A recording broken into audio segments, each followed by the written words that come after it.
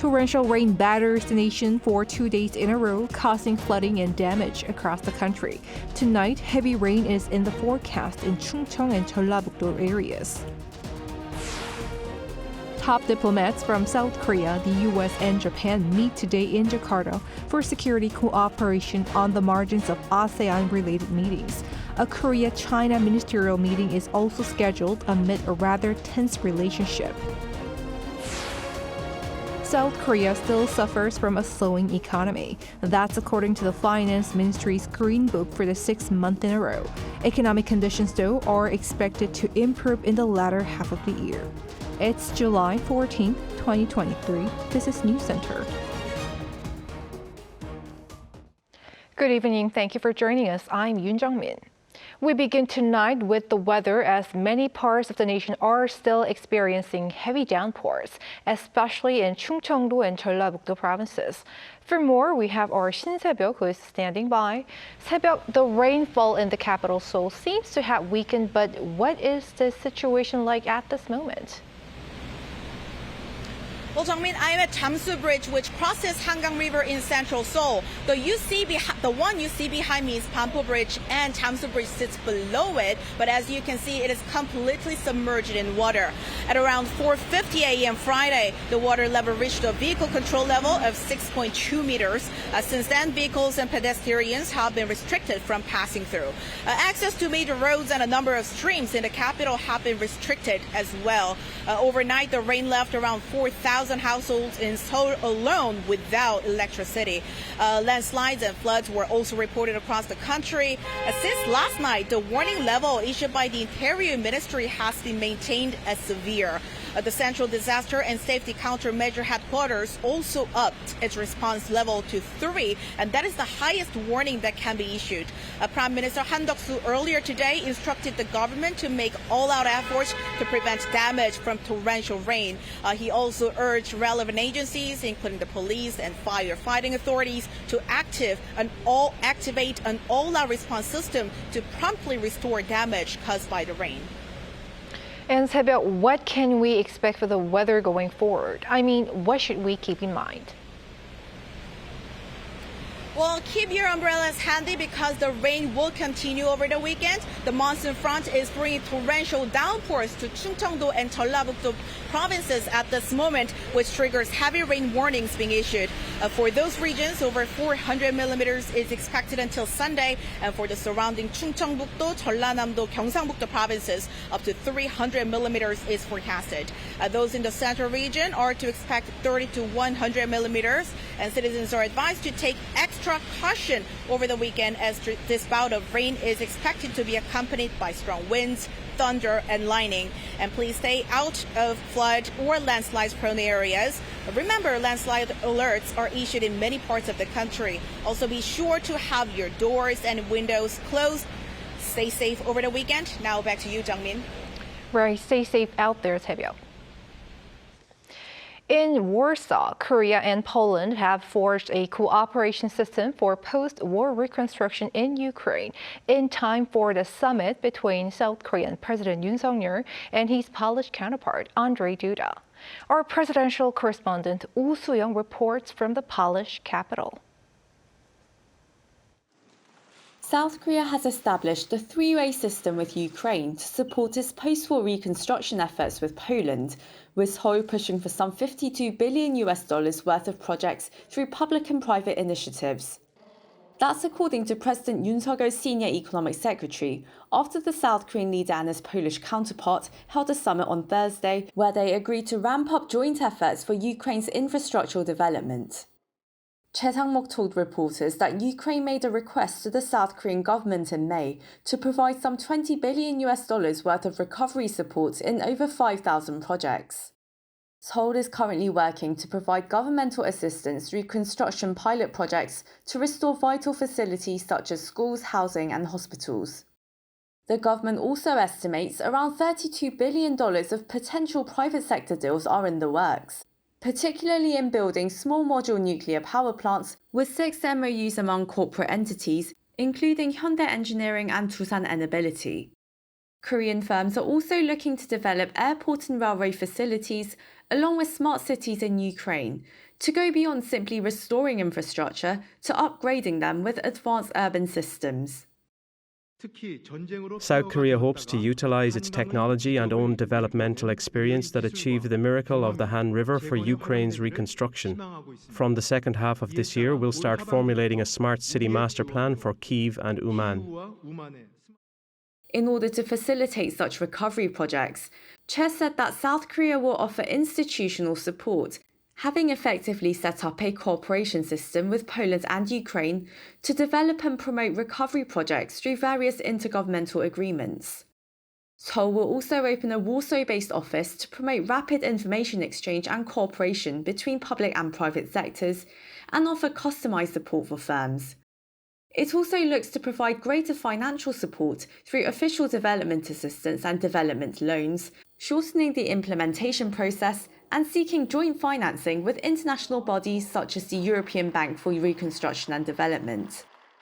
While Russia's invasion is still ongoing, the Yoon administration says that Seoul will continue to make meticulous preparations for Ukraine's post-war future, something that President Volodymyr Zelensky has called a common task for the entire democratic world. Asean Arirang News, Warsaw. The leaders of South Korea and Poland reaffirmed their commitment to promoting future bilateral cooperation in strategic business areas, focusing on construction and high-tech sectors. Traveling with the delegation of 89 corporate leaders, President Yoon on Friday, the last day of his state visit to Poland, spoke at a business forum attended by over 200 companies from both countries. He was joined by his Polish counterpart, Andrzej Duda. Around 30 memorandums of understanding are expected to be signed in various fields, including future vehicles, aviation, and artificial intelligence. President Yoon will also attend a luncheon with local business people based in Poland and a separate meeting with firms hoping to join projects to rebuild Ukraine. He will also hold a dialogue with students at Warsaw University, continuing his series of talks with the future generation. South Korea has imposed sanctions on more individuals and institutions amid North Korea's recent ICBM launch, while the latter itself addressed the United Nations Security Council for the first time in years to defend its hostile weapons ambitions. Our defense correspondent Choi Min-jung has more. The South Korean government has made clear that North Korea's provocations will inevitably come at a price. In response to Pyongyang's launch of a Hwasong-18 ICBM this week, the Foreign Ministry on Friday slapped sanctions on 4 individuals and 3 institutions involved in the regime's nuclear and missile development. This is the 10th round of sanctions put in place against the North since the beginning of the Yoon administration. The 4 individuals on the blacklist are former and current high-level North Korean officials, including the director of the General Political Bureau of the North Korean Army. They were involved in the development and financing of nuclear and missile programs and engaged in commercial activities that violate UN Security Council sanctions. North Korea's latest missile launch has also prompted the UN Security Council to convene an emergency meeting. However, members of the UNSC failed to hold North Korea accountable for its recent missile launch due to China and Russia's opposition. Speaking at the meeting for the first time in over 5 years, North Korea's envoy to the UN defended the latest ICBM test, saying it had no negative effect on the security of its neighbors. Our test fire of a new type of ICBM, Hwasong-18, is a warranted exercise of the right to self-defense, to deter dangerous military moves of hostile forces, and safeguard security of our state and peace in the region. Pyongyang's envoy also slammed South Korea and the U.S., arguing that strengthening deterrence between the two countries is a threatening act and heightens the risk of nuclear war. Meanwhile, the U.S. also demonstrated its ironclad commitment to reinforcing extended deterrence in South Korea by conducting combined air drills with Seoul over the Korean peninsula on Thursday. Seoul's Joint Chiefs of Staff explained that South Korea and the U.S. enhanced their ability to conduct combined operations by swiftly deploying Washington's extended deterrence asset. Choi Min-jung, Arirang News. The Asean Regional Forum is taking place in Indonesia's capital city, Jakarta, as we speak. South Korea's Foreign Minister Park Jin is also there to take part and to engage in a number of other diplomatic gatherings held on the sidelines. For more, we have our foreign affairs correspondent Bae Eun-ji on the line. Eun-ji, first of all, why is the ARF meeting worth noticing? Well, Jung-min, the ARF is one of the few international events that North Korea takes part in. North Korean ambassador to Indonesia, An Kwang-il, attended the meeting just like last year, instead of the regime's foreign minister. Officials from 26 different countries, including South Korea, U.S., Japan, China, Russia, and ASEAN nations, are also at the event. Earlier, Park had said if he meets a North Korean official while in Jakarta, he will deliver the South Korean government's stance, urging the North to halt provocations and return to the path of denuclearization. Today's meeting comes after North Korea on Wednesday launched what it claimed was a Hwasong-18 intercontinental ballistic missile. The officials from the two Koreas also met in last year's events, but An refused to speak to Park, so all eyes are on whether if it'll be any different this year. Right, and will Foreign Minister Park be meeting officials from the U.S., Japan, and perhaps China? Yes, he will. A trilateral meeting between South Korea, U.S., and Japan is set to take place this evening. The three officials will likely condemn North Korea's latest missile launch and are expected to discuss ways to strengthen cooperation between the three countries and with the international community to achieve denuclearization on the Korean peninsula. Also this evening, amid worsening relations between Seoul and Beijing, Park will likely meet China's top diplomat Wang Yi on Friday, seeking to improve ties. Wang, a former foreign minister and current head of the ruling Communist Party's Central Commission for Foreign Affairs, is in Jakarta on behalf of the country's foreign minister, Chin Gang, who was last seen in public on June 25th and was not able to attend the meeting because of health reasons. The last time Park and Wang held a bilateral meeting was about a year ago in Qingdao in August last year.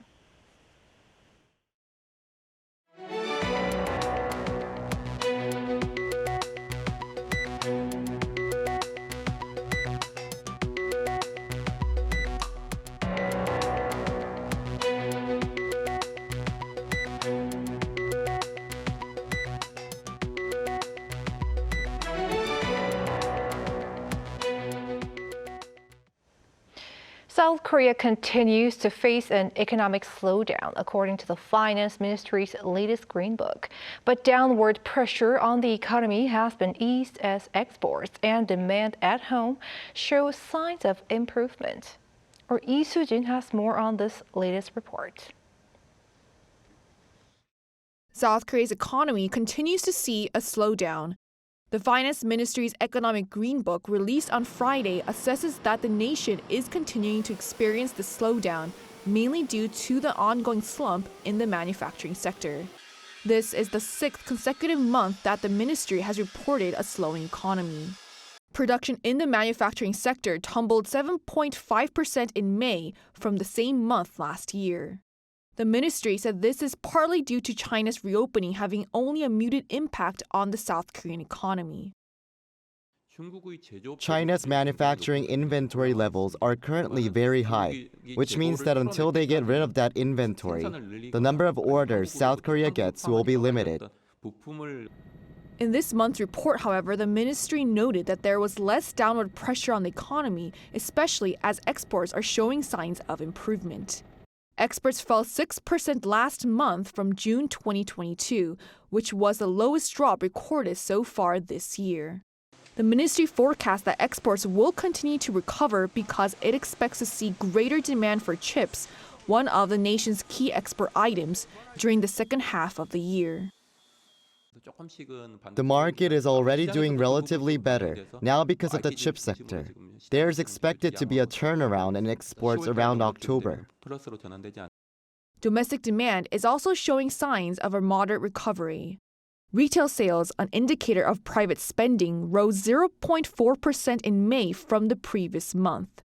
South Korean consumers also have a more optimistic view of the nation's economy. The Composite Consumer Sentiment Index rose to 100.7 last month. This marks the first time in more than a year that the index is above the 100 mark, which means more consumers are optimistic than pessimistic. There is some good news for inflation as well. The rise in consumer prices fell to the 2% range in June for the first time in 21 months. I think that the economy will see consumer price growth slow starting now or in October. The ministry added it will accelerate efforts to implement policies that will continue to stabilize and improve economic conditions during the second half of the year. 이수진, Arirang News. The World Health Organization has classified the artificial sweetener aspartame, widely used in sugar-free products like diet sodas, as a possible cause of cancer. Two WHO agencies on Friday categorized aspartame as possibly carcinogenic to humans, but based on limited evidence available. However, they decided to maintain the acceptable daily intake level at 0 to 40 milligrams per kilogram of a person's body weight. Following this announcement, South Korea's Ministry of Food and Drug Safety said it will also continue to keep its acceptable daily intake at the current level, but could reevaluate.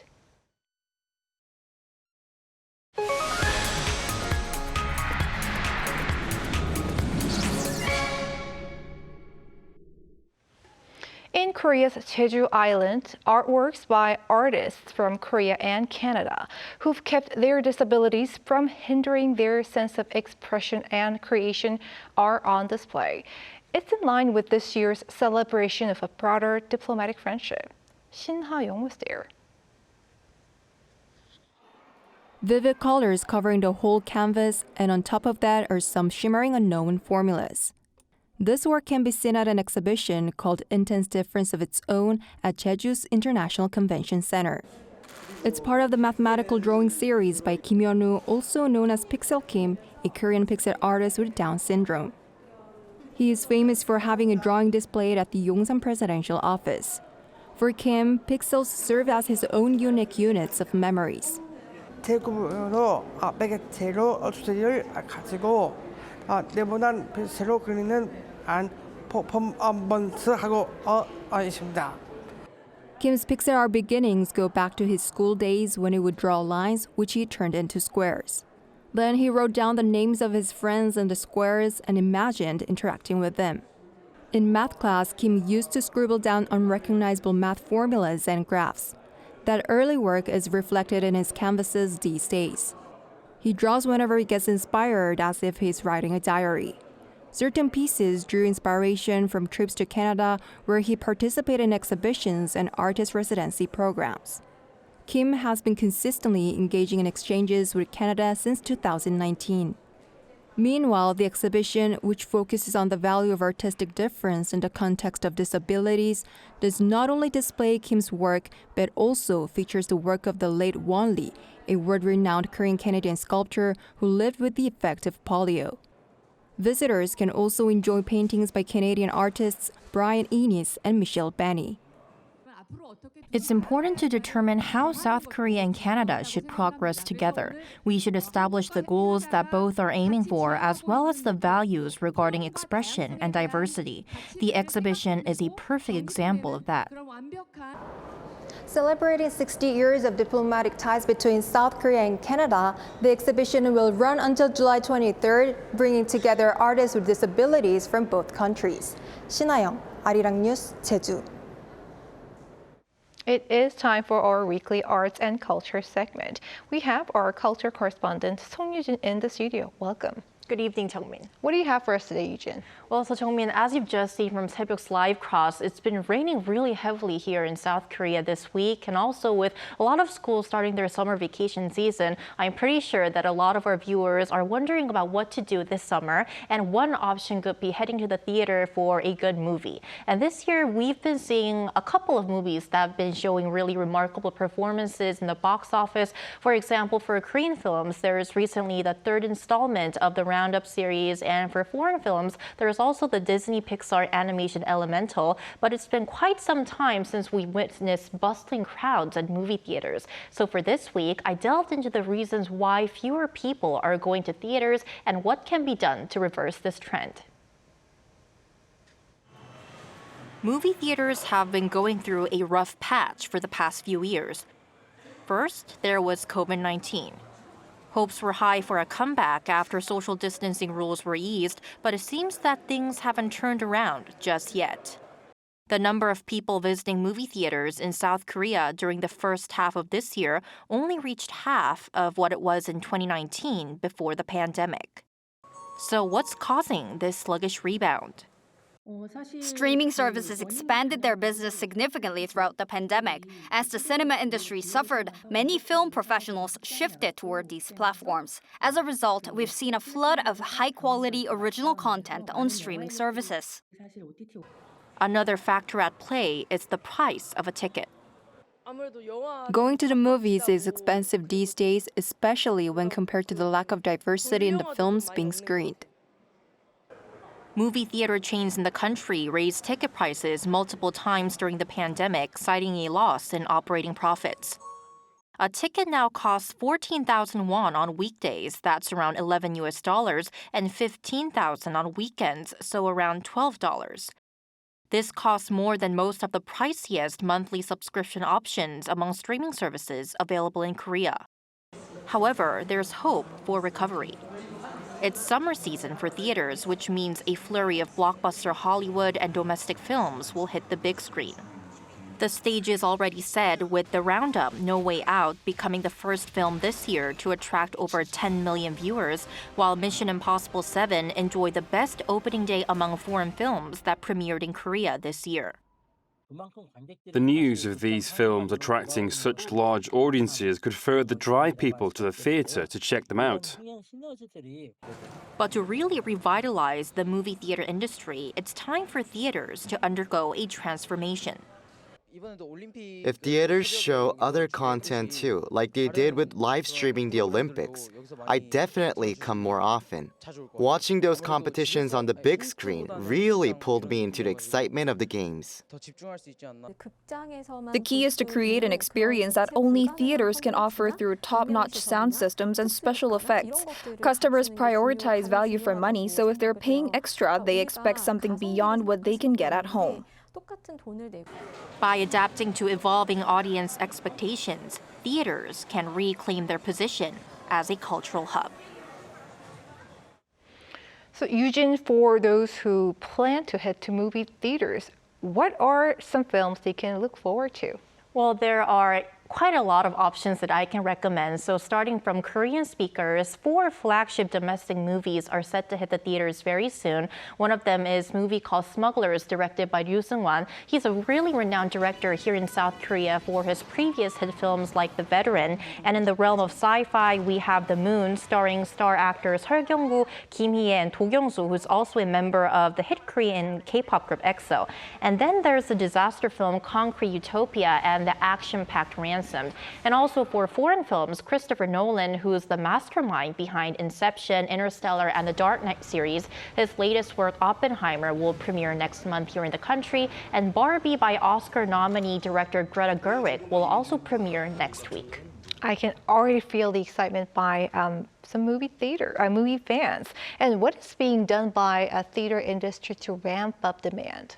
Well, we've been seeing a couple of efforts recently, and one thing that streaming platform users were really, they found it comfortable was that Korean subtitles were always available for Korean movies from the moment that these contents were launched in the platforms. And this is really different from movies that are on screen at the theaters, because it usually takes about a month for them to be fully equipped with Korean subtitles and also screen reading services for people who need them. But Smugglers, which is the movie that I just mentioned, it premieres on July 26th. It will offer Korean subtitles from day one, and this is actually the first Korean film to do so. And all you have to do now is buy tickets for the Korean subtitled version, just like you buy tickets for a dubbed version for a foreign movie. And also from this month, if your annual salary is 70 million Korean won or below, which is roughly around 55,000 US dollars, and your credit card spending makes up more than a quarter of your income, you can enjoy a 30% tax cut on movie tickets paid with credit, debit cards, or cash receipts. All right, that was a useful information. Our culture correspondent Song Yoo-jin, thank you. Thank you.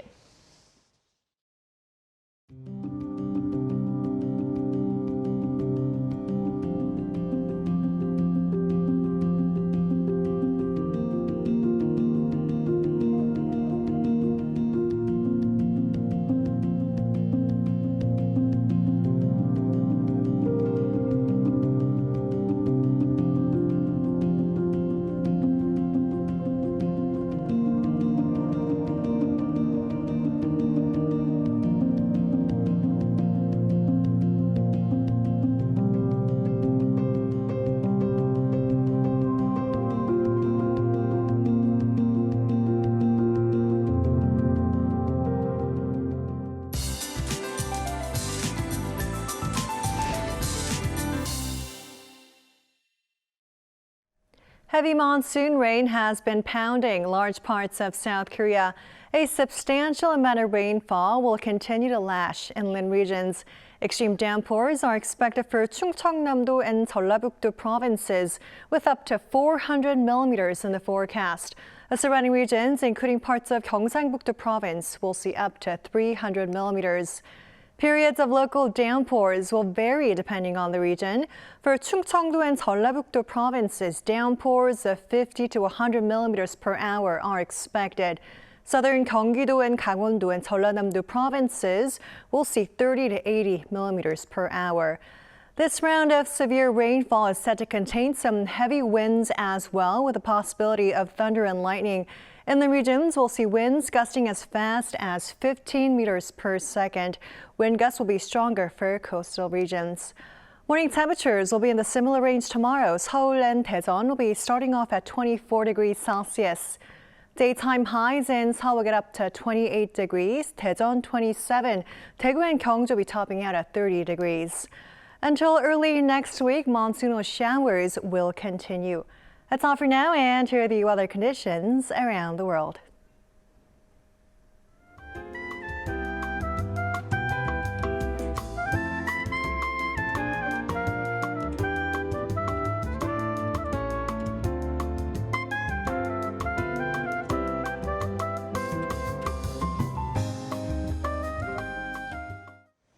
That is News Center for tonight. Thank you for watching. A panel session up next.